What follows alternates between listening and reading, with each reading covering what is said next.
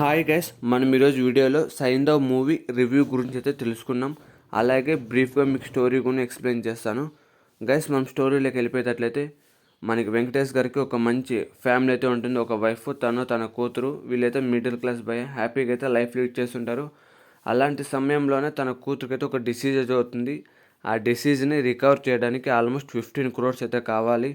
తన 15 crores ఎలా సంపాదిస్తాడు, అది అలాగైతే నడుస్తూ ఉంటుంది స్టోరీ. ఆ ఎమోషన్స్ కానీ, కామెడీ సీన్స్ కానీ అలాగే రికవర్ అవుతుంది. F అనేది అంతా వేస్ట్ భయం. మనకి వెంకటేష్ గారిని ఎలా చూపించాలనుకున్నారో అలాగైతే చూపించారు. తన బ్యాక్గ్రౌండ్ సీన్లో అయితే మనకు తన యాక్షన్స్ కానీ, రౌడీజం కానీ, సైకోయిజం కానీ ఎక్సలెంట్గా అయితే చూపించారు. మిడిల్ క్లాస్ వాళ్ళకి మరియు ఫ్యామిలీ వాళ్ళకైతే మంచిగా కనెక్ట్ అయితే అయిపోతారు. ప్రతి ఒక్కరు ఎమోషన్ అయితే అయిపోతారు. ఒక్కొక్క సీన్లో మిడిల్ క్లాస్కి మరియు ఫ్యామిలీ మెంబర్స్కి అయితే ఎమోషన్ అయితే చాలా అవుతారు.